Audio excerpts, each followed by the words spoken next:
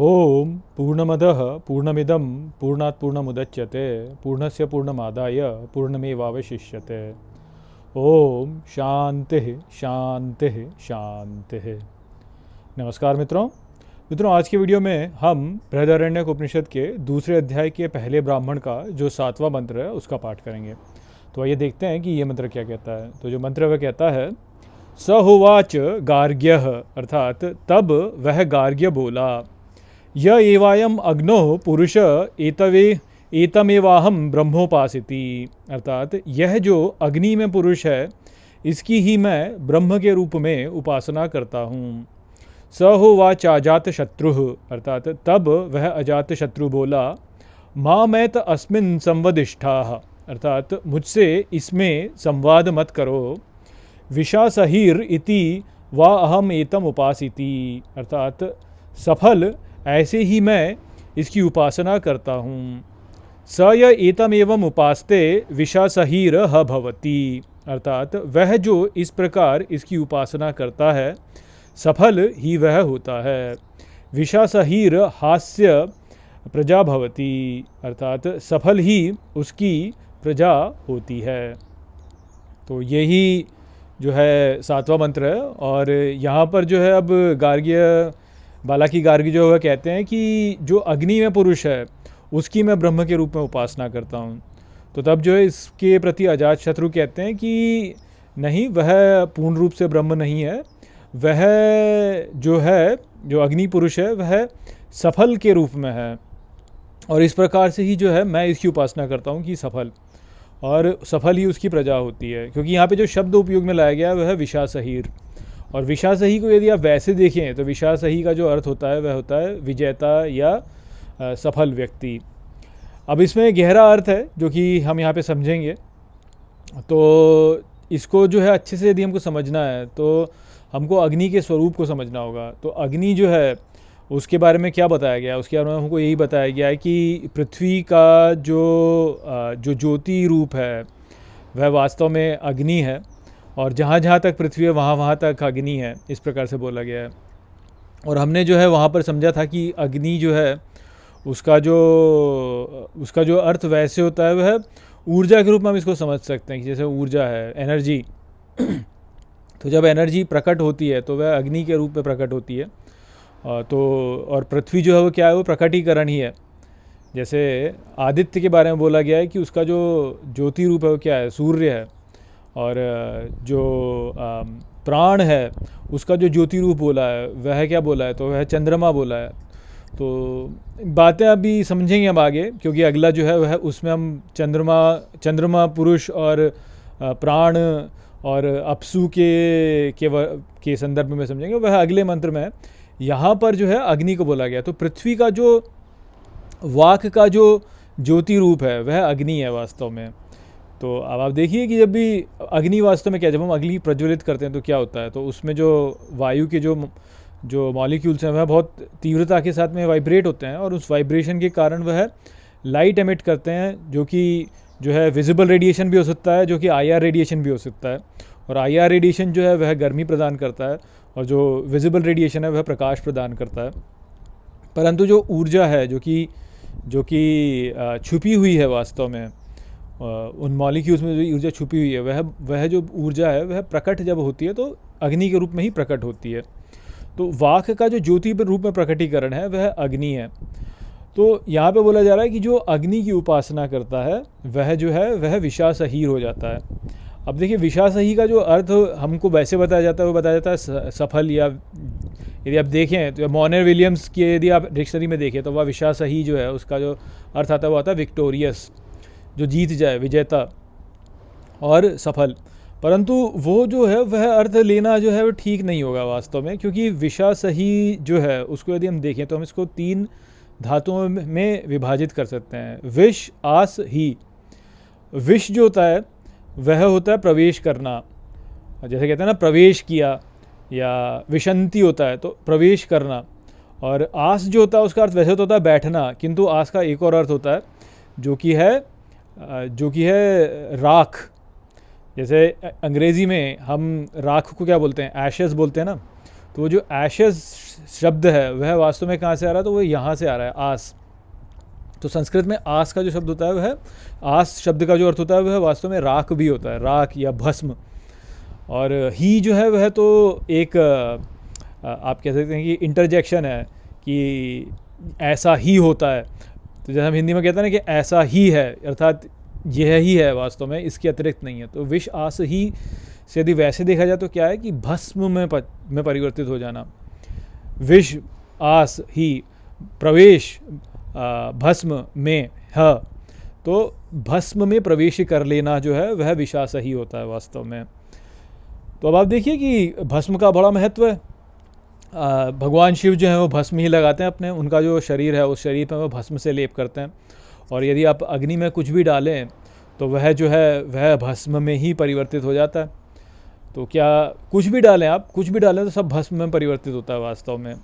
तो विष आस ही उस प्रकार से हम देखें तो भस्म में प्रवेश करना भी है। तो अग्नि की जो उपासना करेगा वह भस्म हो जाएगा। और भस्म होने का अर्थ क्या है कि जो तपस्या करते हैं, तपस्या तपने पर जो है भस्म में ही परिवर्तित होता है ना व्यक्ति। और भस्म जो है वो एकता है, आप उसमें लकड़ी डालिए, आप में उसमें भोजन डालिए, जो भी आप डालेंगे वह सब भस्म में परिवर्तित हो जाता है। तो जो पहले था वह जल जल कर जो है भस्म में परिवर्तित हो जाता है। तो जो भस्म में प्रवेश कर जाए वह। तो अब इस प्रकार से जब हम इसको समझते हैं तो हमें यहाँ पे अग्नि पुरुष की बात समझ में आती है। तो क्या हमने समझा कि ज्योति स्वरूप, जो वाक का ज्योति स्वरूप है वह अग्नि है। और जब भी कुछ अग्नि में अर्पित किया जाता है तो वह जो है भस्म में परिवर्तित हो जाता है। तो जो विविधताएं हैं हमारी, वह विविधताएं सभी जो हैं वह एक में ही जब चली जाएं तो वह अग्नि की उपासना एक प्रकार से। अब आप सोचिए कि जैसे जो योग करते हैं जब, तो कई बार योग करने में जो है शरीर में तप उत्पन्न होता है। और वह तप उत्पन्न होने पर जो है फिर कुछ लोगों में तप इतना अधिक उत्पन्न हो जाता है कि उनका शरीर ही भस्म हो जाता है, उनका शरीर भस्म हो जाता है। बहुत से योगी रहे हैं जिन्होंने जो है तपस्या की, तो तपस्या करने में उनका शरीर भस्म हो गया अपने आप ही। जैसे सती माता थी, सती माता ने अपने शरीर को स्वयं ही भस्म कर लिया था। तो भस्म कर लिया था अपने शरीर को स्वयं से, तो वो क्या था, तो वो दक्ष का यज्ञ था जिसमें जो है भगवान शिव को जो है भगवान शिव को उसमें कुछ भी अर्पित नहीं किया जा रहा था। तो वो वाला यज्ञ था। और उस यज्ञ में जो है सती माता ने जो है अपनी स्वयं की आहुति दे दी और अग्नि में जो है वह भस्म हो गई। तो अब वो जो बात है उसमें जो हमको समझना है वो क्या है, तो दक्ष जो है वह क्या है, देने वाले। दक्ष, द और क्ष, द जो होता है वह होता है देना धातु, द जो होता है देने से धातु है। और क्ष जो है वह धातु है नष्ट होने से या क्षय होने से या क्षीण हो जाने से जो है वो होता है। तो जो क्षयता को दे वह दक्ष है, अर्थात शरीर को देने वाला जो है वह दक्ष है। और जो शरीर को देने वाला होता है वह पिता होता है। और पिता के रूप में यदि आप देखें तो दक्ष जो है वह शरीर को देने वाले हैं।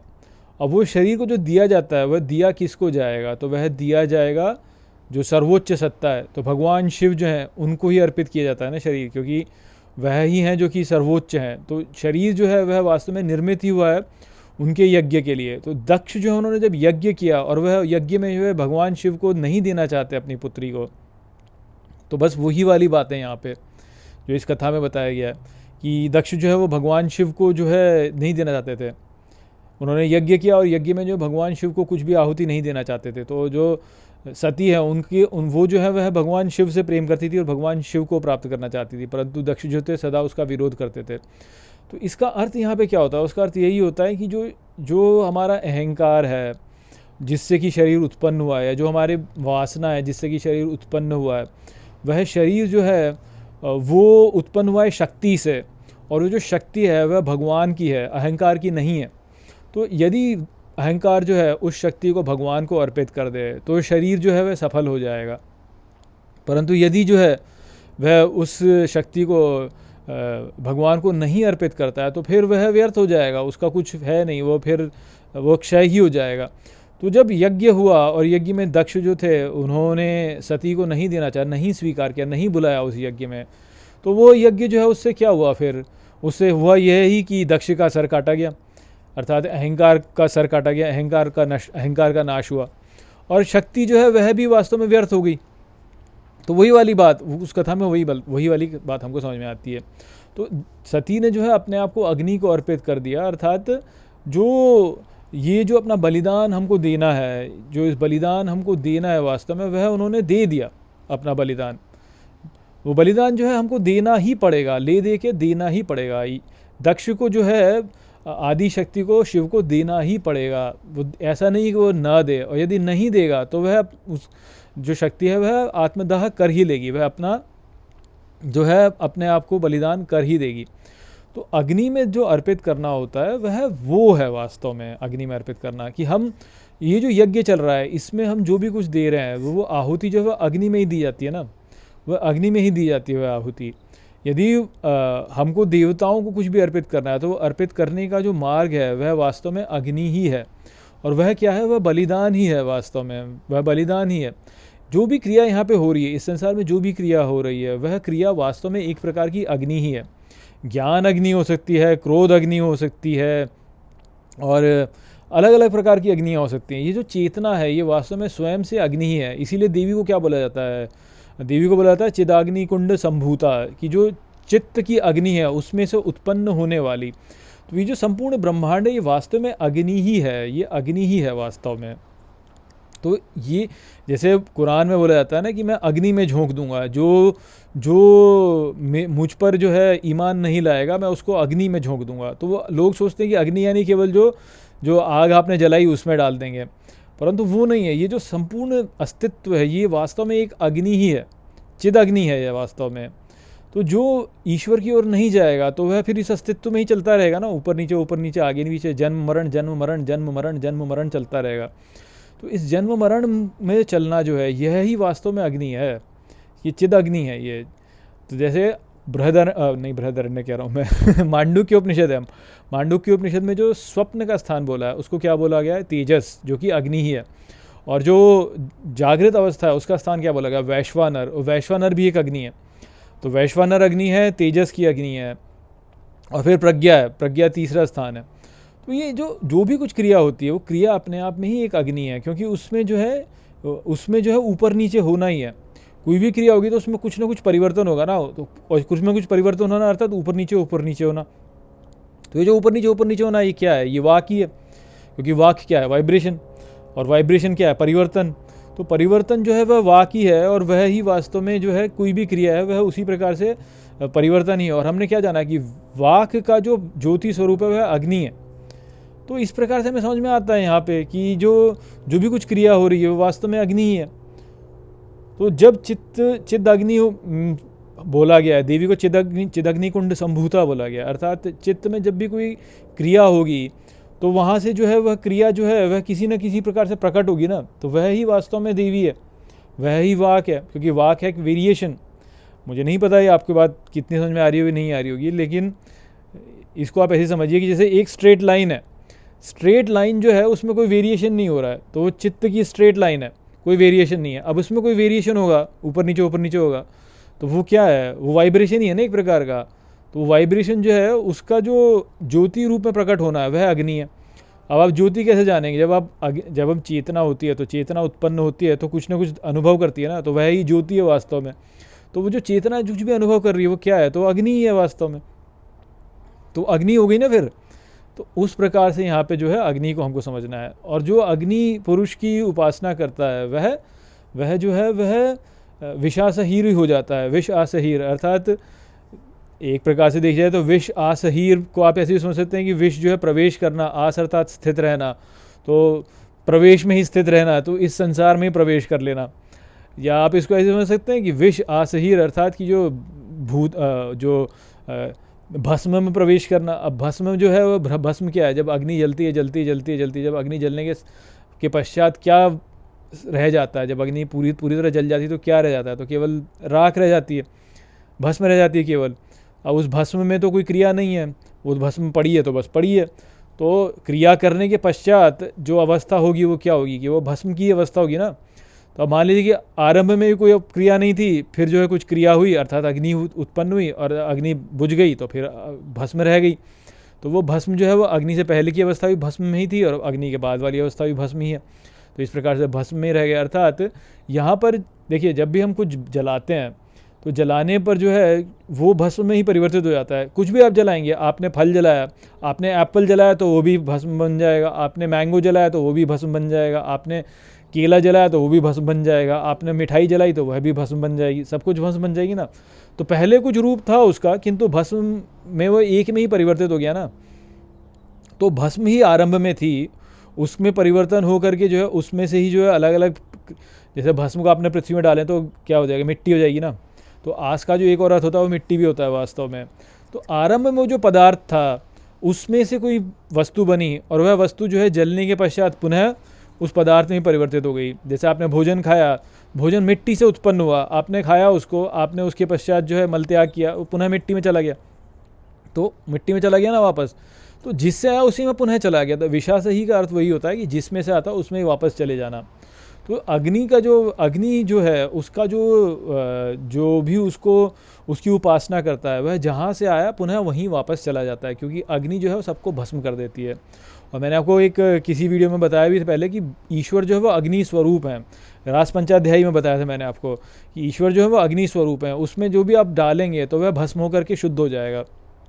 तो वो जो अग्नि है, अग्नि पुरुष है, वो उस प्रकार से है, तो भस्म होकर के वह शुद्धि हो जाएगा। हमारे सारे भगवान जो हैं उनमें आपको जो है अग्नि स्वरूप दिखता है।